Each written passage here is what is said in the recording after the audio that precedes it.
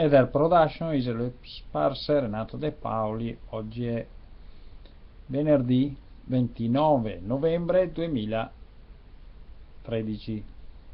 Vediamo cosa succederà domani a Vicenza, dove partiranno due manifestazioni di segno opposto in centro storico della città.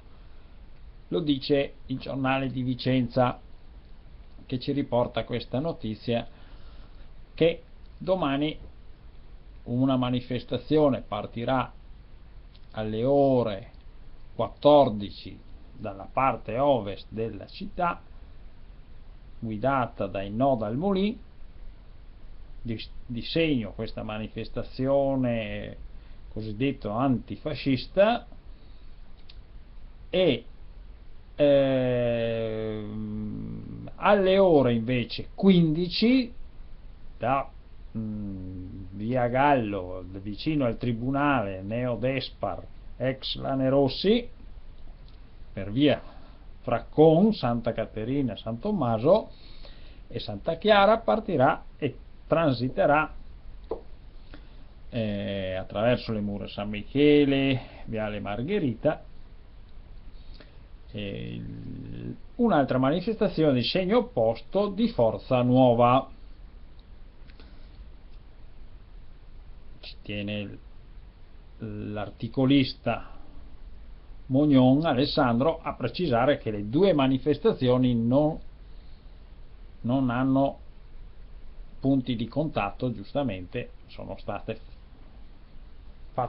si faranno svolgere in percorsi che non si toccano, ma domani a Vicenza vedremo cosa succederà per questo bel lavoro a cui le forze dell'ordine sono chiamate.